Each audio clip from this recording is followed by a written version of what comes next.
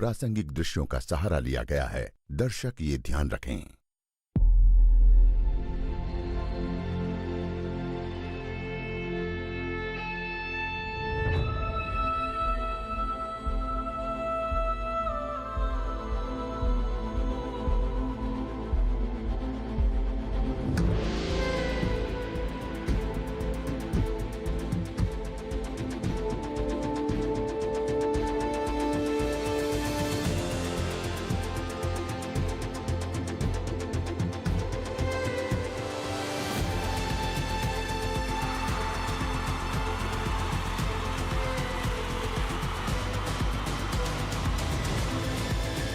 Good morning, America.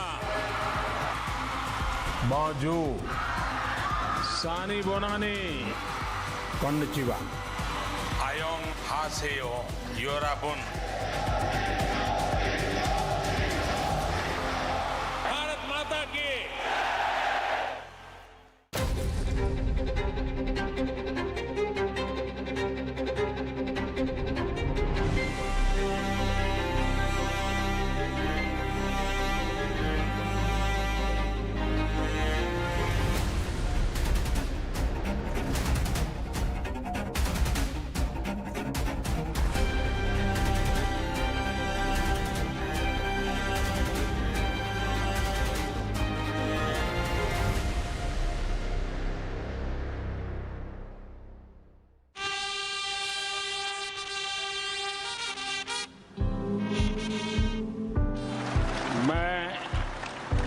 Narendra Damodar Das Modi 26 मई 2014 पड़ोसी देशों के शासनाध्यक्षों की मौजूदगी में प्रधानमंत्री के तौर पर शपथ लेकर नरेंद्र मोदी ने अपनी विदेश नीति का पहला संकेत दिया था।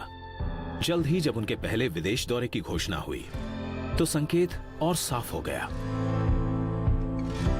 मोदी विदेश नीति के मामले में नया मंत्र दे रहे थे, पड़ोसी पहले, नेबर्स फर्स्ट। 15 जून 2014 नरेंद्र मोदी भूटान के पारो एयरपोर्ट पहुंचे। पारो से राजधानी थिम्पू की यात्रा सड़क मार्ग से तय की। रास्ते भर युवाओं, महिलाओं, बुजुर्गों से मिलते जुलते। मैंने पहली बार देखा कि भारत के प्रधानमंत्री गाड़ी रोककर सब लोगों से मिल रहे हैं। ये हमारे लिए एक नया एक्सपीरियंस था। इसी तरह जब वो काठमांडू गए, हजारों से लोग रोड पर ठहरे हुए थे और प्रधानमंत्री कई बार रोककर बाहर निकले और उनकी सिक्योरिटी के लोग तो बहुत ही परेशान थे। मैं तब भी मौजूद था जब वो पहली बार श्रीलंका गए।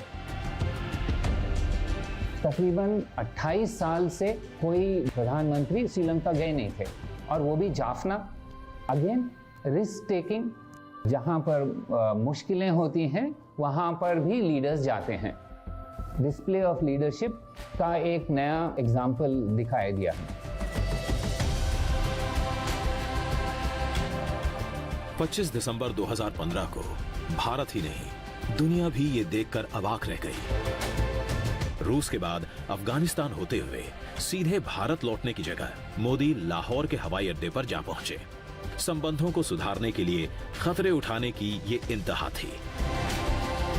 मोदी पाकिस्तानी सेना के हेलीकॉप्टर में बैठकर नवाज शरीफ के घर पहुंचे। पाकिस्तान के प्रधानमंत्री को जन्मदिन की बधाई दी।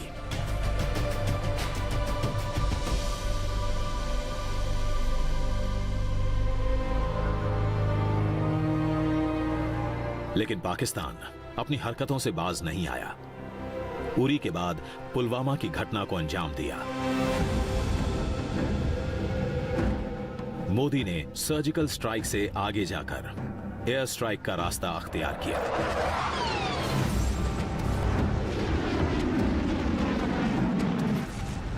परिणाम गंभीर हो सकते थे, सामरिक तौर पर भी, कूटनीतिक तौर पर भी। पाकिस्तान हमेशा यही कहा करता था, जो अगर हमारे ऊपर हमला हुआ तो हमारे पास भी न्यूक्लियर वेपन्स हैं। हमने न्यूक्लियर वेपन्स को कोई म्यूजियम में रखने के लिए नहीं किया है, हम उसका इस्तेमाल करेंगे। परंतु इनका ये जो होक्स था, इनका जो ब्लैकमेल था पाकिस्तान को, उन्होंने एकदम उसको ख़त्म कर दिया है। अब पाकिस्तान का जो भी लीडरशिप है वो कोई भी ये नहीं कहता है जो हमारे पास न्यूक्लियर वेपन्स हैं। मोदी ने सोच समझकर यह फैसला लिया था। ये एक अप्रोप्रिएट रिस्पांस है, ये इंटरनेशनल लॉ के अंडर एडमिसिबल है। तो इसलिए ना वो बात उठी सिक्योरिटी काउंसिल और यूएन में, ना इसके बारे में किसी ने उठाया। दे प्रूव्ड कि it was a successful diplomatic response. Pakistan के साथ मोदी ने जैसी नरमी और सख्ती दिखाई, वैसा ही चीन के मामले में भी रहा। चीन के साथ संबंध सुधारने और सीमा विवाद हल करने के लिए मोदी ने अपने गृह राज्य गुजरात में चीन के राष्ट्रपति शी जिनपिंग का स्वागत किया। पर चीन कहां बदलने वाला था।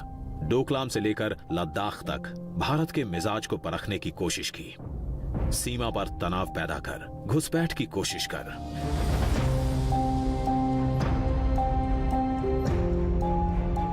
लेकिन मोदी की अगुवाई में यह नया भारत था। हर मोर्चे पर चीन का डटकर मुकाबला किया। Post 2014, we've been far more vocal in our actions. We may not have been very expansive in the words we have used, but in the posture, in pushing back, in preventing Chinese construction activities on the Bhutan border, in responding to them in equal measure in Galwan Valley, in building up and putting our troops in a highly aggressive stance against them on the Himalayas, are all signs of India now being more clear-eyed about the danger China poses. Ladakh से लेकर करगिल और सियाचिन तक भारतीय सैनिकों के पराक्रम की गवाही देते हैं। भारत माता की। पड़ोसी देशों की चुनौतियों से असरदार ढंग से निपटने वाले मोदी बड़ी महाशक्तियों के साथ भी उतने ही सहज नजर आए। रूस के साथ पुराने रिश्ते मजबूत बनाए रखे तो अमेरिका के साथ दोस्ती की नई कहानी लिखी। सितंबर 2014 में बतौर प्रधानमंत्री मोदी पहली बार अमेरिका पहुंचे। अमेरिकी शासन के सबसे बड़े प्रतीक व्हाइट हाउस में राष्ट्रपति बराक ओबामा ने मोदी को दावत दी। कूटनीति के जानकारों के लिए आश्चर्य की बात थी कि कैसे रूस और अमेरिका, दो विपरीत ध्रुवों के साथ भारत के रिश्ते उतने ही मजबूत थे। एक ही उनमें डबल टॉक नहीं है, जो एक जगह कहते हैं वो दूसरी जगह भी वही कहते हैं। तो फिर कॉन्ट्रडिक्शन मैनेज करने में उसमें खुद आसानी हो जाती है। वो जो बात करते हैं वो हर वक्त हमारे नेशनल इंटरेस्ट के हिसाब से चलते हैं और वो दूसरे लोग समझते हैं कि आप कहीं ज्ञान देने नहीं आ रहे, आप माने जो भी आप बात कर रहे हैं सीधी सीधी बात कर रहे हैं। तो मैं कहूँगा एक बार वो अप्रोच हो जाए तो कॉन्ट्रडिक्शन में कभी प्रॉब्लम नहीं होती। पश्चिम एशिया के मामले में भी मोदी भारत के हितों की रक्षा करने में कामयाब रहे। एक तरफ इजराइल के साथ दोस्ती प्रगाढ़ करने की सफल कोशिश, तो दूसरी तरफ मुस्लिम बहुल अरब देशों के साथ संबंधों को नई ऊंचाई पर ले जाना। मोदी के आलोचक अवाक रह गए जब एक के बाद एक अरब के तमाम बड़े मुस्लिम देशों के सर्वोच्च नागरिक सम्मान मोदी को दिए गए। सामरिक व्यापारिक रिश्ते लगातार मजबूत हुए। जिस देश से कोई भारत का प्राइम मिनिस्टर 30, 35, 40 साल से गया नहीं हो, उसमें अगर आप तुरंत 2 साल के अंदर वहाँ स्ट्रेटेजिक पार्टनरशिप बना लेते हैं, सिक्योरिटी की बात करते हैं, एनर्जी की बात करते हैं, इन्वेस्टमेंट की बात करते हैं, बात नहीं करते उसमें ग्राउंड में इसकी रिजल्ट भी दिखाई देती है। तो एक किस्म से जो अवार्ड जो हैं, मुझे तो उन पे जो इम्प्रेशन आपने क्रिएट किया उसकी एक एक्सप्रेशन।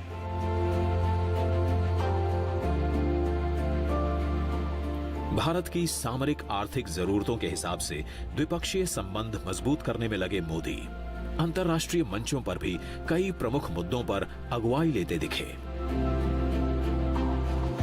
मामला चाहे जलवायु परिवर्तन का हो, अंतर्राष्ट्रीय सोलर अलायंस का हो या फिर कार्बन फुटप्रिंट कम करने का, मोदी ने बहुराष्ट्रीय मंचों पर अगुवाई ली।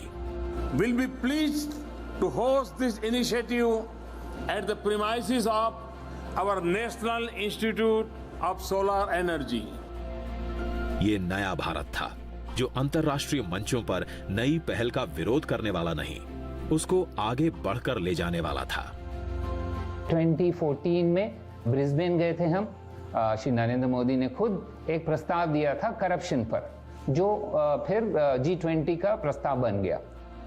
तो करप्शन एक इशू था। दूसरा इशू था आतंकवाद। अमेरिका के जो हैं क्लाइमेट जार कहा जाते हैं जॉन केरी, जो पहले सेनेटर रह चुके हैं और वो पहले उनके विदेश मंत्री भी रह चुके हैं, उन्होंने भारत को बहुत ही प्रशंसा किया। उन्होंने कहा कि क्लाइमेट चेंज को टैकल करने के लिए भारत ने अभी ग्लोबल लीडरशिप ले रहा है और डेमोन्स्ट्रेट कर रहा है कि हम अर्थनैतिक व्यवस्था भी आगे बढ़ सकते हैं और कार्बन फुटप्रिंट भी कमा सकते हैं। तो ऐसे बहुत सारे उदाहरण हैं जिसकी वजह से मोदी जी के नेतृत्व में भारत का जो चित्र है इंटरनेशनली, इसमें टोटल परिवर्तन हो चुका है। मोदी विदेश नीति के मामले में नए प्रयोग करने से हिचके नहीं। राष्ट्राध्यक्षों, शासनाध्यक्षों के साथ ही उद्योग जगत, खेल खिलाड़ी, युवा सभी को अपने साथ जोड़ने की कोशिश की। जनता को एक दूसरे के करीब लाने की कोशिश थी ये। तो वो जब ऑस्ट्रेलिया जाने के बारे में बातचीत हुई उनके साथ, तो कोई और लोग भी थे, तो उन्होंने कहा मुझे कि ये बताओ कि ठीक है ये बातचीत तो हो गई डिप्लोमेसी के बारे में, लेकिन ऑस्ट्रेलियन आवाम क्या पसंद करते हैं। तो हमने कहा कि साहब वो हमारे जैसे क्रिकेट के नशे में हैं। तो उन्होंने कहा क्या कि एक मेलबर्न, जहाँ दुनिया में सबसे बड़ा क्रिकेट ग्राउंड है, कि वहाँ एक फंक्शन रखें जहाँ वो भारत की टीम के गावस्कर, कपिल देव जैसे लोग यहाँ से ले जाएं और वहाँ उस तरह की मिलाप हो पब्लिक के सामने।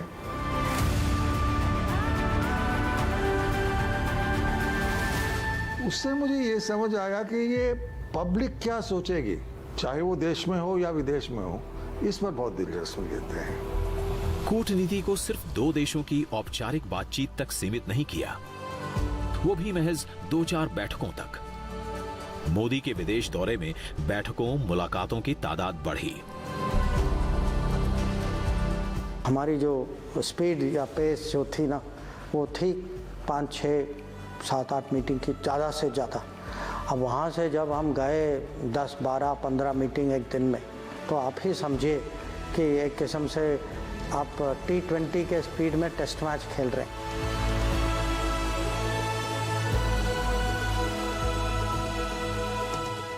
क्योंकि ये एक टाइम नहीं है, ये लगातार चलता रहता है। और मैं तो कभी कभी मैं हैरान हूँ, कुछ ऐसे ट्रिप्स हैं कि हम 6 दिन में 5 देश करते हैं। रात को प्लेन में, माने 5 दिन के ट्रिप में 3 दिन प्लेन में सोते हैं। तो क्योंकि वो उनमें है, वो माने अपने आप को भी, जैसे वो कहते हैं इंग्लिश में कहते हैं ना, you don't spare yourself in national service.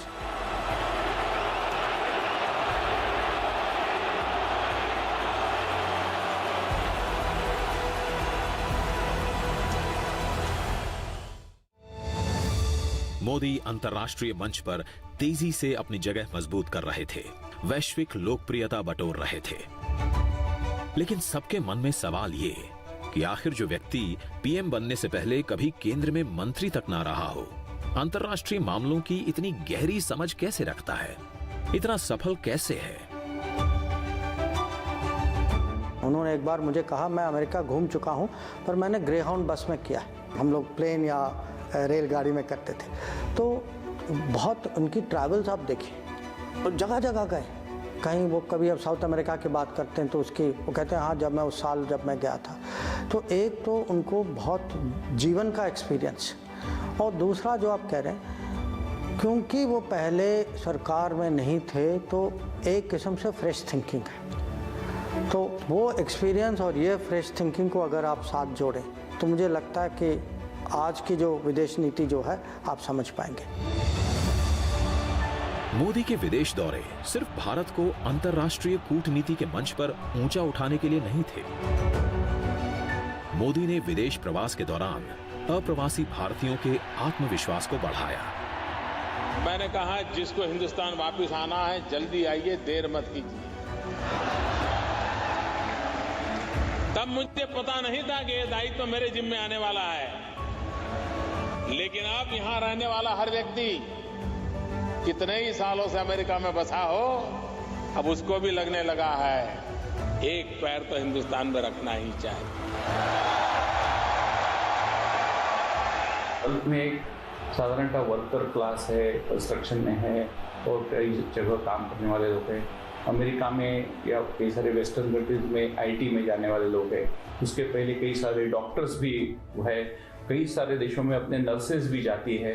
तो ये सब लोग जो है वो आज मोदी जी के वजह से उनको उस देश में रिकॉग्निशन मिला है।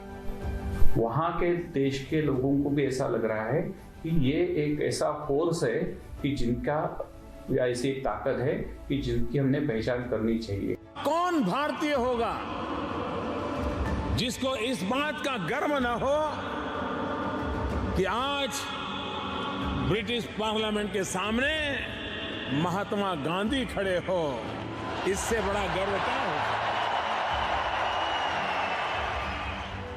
विदेश में बसे भारतीयों का मान सम्मान बढ़ाने में लगे मोदी की कूटनीति का महत्वपूर्ण हिस्सा रहा भारतीय संस्कृति और इसके बड़े प्रतीक चिन्ह। चाहे अंतर्राष्ट्रीय मंचों पर हिंदी का इस्तेमाल हो या भारत की हजारों वर्ष पुरानी विरासत से दुनिया का परिचय कराना हो।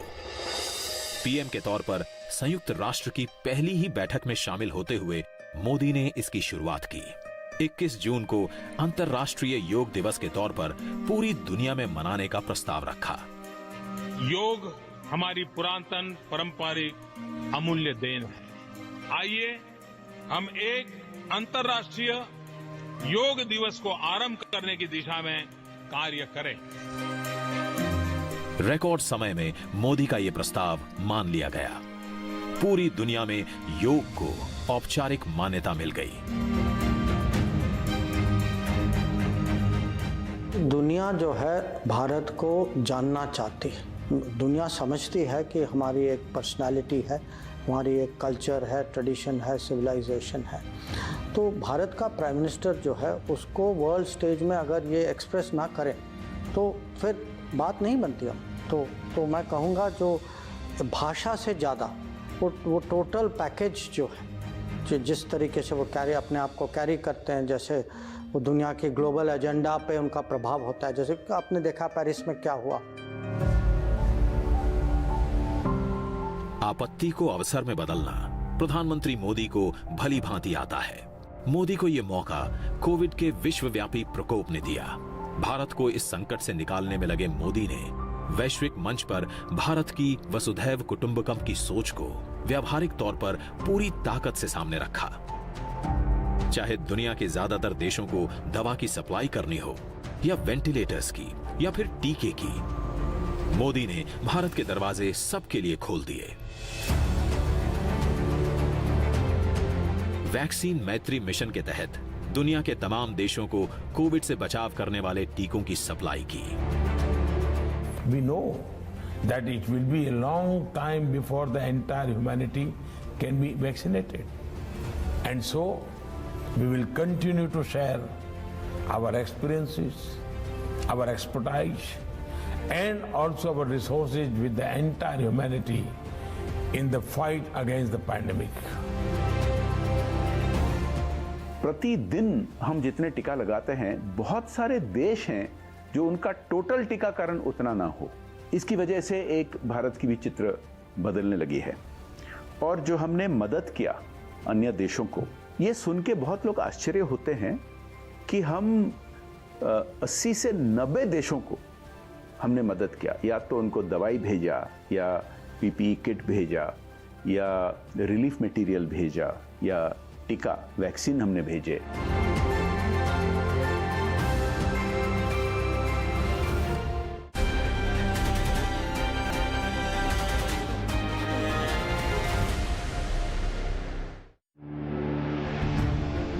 दुनिया जब चीन से फैले कोविड के भयावह दौर से गुजर रही थी, चीन अपने विस्तारवादी एजेंडा को आगे बढ़ाने में लगा था। आसपास के छोटे पड़ोसी देशों के इलाकों में घुसपैठ से लेकर ऑस्ट्रेलिया, जापान और भारत के साथ आक्रामक रुख अख्तियार करने में। कोविड की चुनौतियों के बीच मोदी अमेरिका, जापान और ऑस्ट्रेलिया के साथ मिलकर चतुष्कोणीय सुरक्षा संवाद की राह पर आगे बढ़े, जिसे दुनिया अब क्वाड के तौर पर जानती है। और चीन इससे सबसे अधिक बौखलाया हुआ। लेकिन ये सिर्फ चीन के सामने साझा मोर्चा नहीं, बल्कि उससे भी आगे विकास की राह पर साझा ढंग से आगे बढ़ने की कोशिश है। प्रधानमंत्री मोदी ने कहा है पूरी दुनिया की बेहतरी के लिए ये एक इनिशिएटिव है, ये एक इंस्ट्रूमेंट है। तो इसलिए इसकी शुरुआत तो हुई थी मैरीटाइम सिक्योरिटी के इशू से, चीन की आक्रामकता को देखते हुए, परंतु अब अगर हम देखें तो इसमें चाहे वो क्लाइमेट चेंज है, चाहे कोविड-19 है, इमर्जेंट टेक्नोलॉजीज हैं, AI है, 5G है, एजुकेशन है, इंफ्रास्ट्रक्चर है। तो जैसे जैसे क्वाड का विकास होगा, वैसे वैसे इन 4 मुल्कों में जो कि क्वाड के मेंबर हैं, वो आपस में सहयोग कर पाएंगे। और इंडो पैसिफिक में जो बड़े बड़े बदलाव आए हैं, जैसे कि चीन का एक राइज हुआ है या चीन का एक उत्थान हुआ है, उसकी वजह से जो आजकल कुछ जटिलता आए हैं, उससे जो नए नए मुद्दे उभरे हैं, उसको कैसे एक तरह से डील किया जाए, इसके बारे में क्वाड जो है वो सहयोग करेगा। देश के अंदर लगातार मजबूती हासिल करने वाले मोदी दुनिया के मंच पर भी अपनी मजबूत पहचान बना चुके हैं। न मैं रुकने वाला हूं, न मैं थकने वाला हूं, और न ही झूठ के सामने कभी झुकने वाला। भारत की साख बढ़ी है, मोदी का जलवा कायम हुआ है, मोदी को पसंद करने वालों की संख्या है अनंत, देश में भी दुनिया में भी।